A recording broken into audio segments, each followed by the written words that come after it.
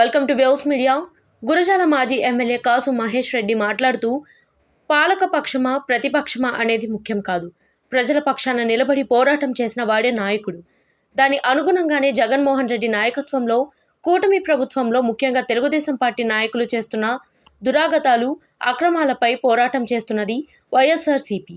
సంవత్సరం పూర్తవుతున్నా వాళ్ళు ఇచ్చిన హామీని తుంగలో తొక్కినందుకు ఈ కూటమి ప్రభుత్వానికి వ్యతిరేకంగా వెన్నుపోటు దినోత్సవం జరిపిన నాయకులకు, కార్యకర్తలకు, ముఖ్యంగా గురజాల నియోజకవర్గ ప్రజలకు కృతజ్ఞతలు తెలియజేసుకుంటున్నామన్నారు. పాలకపక్షమా ప్రతిపక్షమా అన్నది ముఖ్యం కాదు, ప్రజల పక్షాన నిలబడి పోరాటం చేసిన వాడే నాయకుడు. దానికి అనుగుణంగానే గత సంవత్సరం నుంచి జగన్మోహన్ రెడ్డి గారి నాయకత్వంలో ఈ కూటమి ప్రభుత్వం ముఖ్యంగా తెలుగుదేశం నాయకులు చేస్తున్న దురాఘాతాలు, అక్రమాల మీద పోరాటం చేస్తుంది వైఎస్ఆర్సీపీ పార్టీ.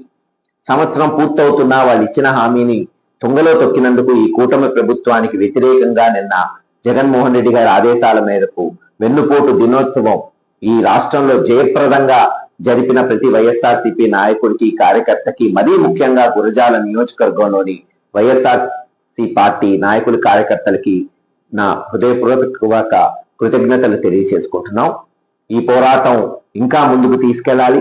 మరీ ముఖ్యంగా గురజాల నియోజకవర్గంలో వచ్చే 6 నెలల్లో 2 విషయాల మీద ప్రప్రదంగా మన పోరాటాలు కొనసాగుతాయి. ఒకటి, ఆడవారికి ఏదైతే చంద్రబాబు నాయుడు గారు ఇచ్చిన హామీ 1500 రూపాయలు ఇస్తానన్నారు.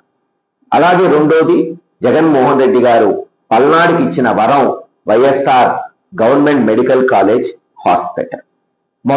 మొట్టమొదటిది, ఆడపడుచులకి 1500 రూపాయలు ఇస్తానని నెలకి చంద్రబాబు నాయుడు గారు ఎలక్షన్ ముందు ప్రకటించారు. అప్పుడున్న డ్వాక్రా మహిళలందరూ కూడా ఆశపడి నెలకి 1500 వస్తుంది అంటే సంవత్సరానికి 18,000 వస్తుందని, ఏదైతే డ్వాక్రా రుణాలు ఉంటాయో సంవత్సరానికి అప్పటికి మహా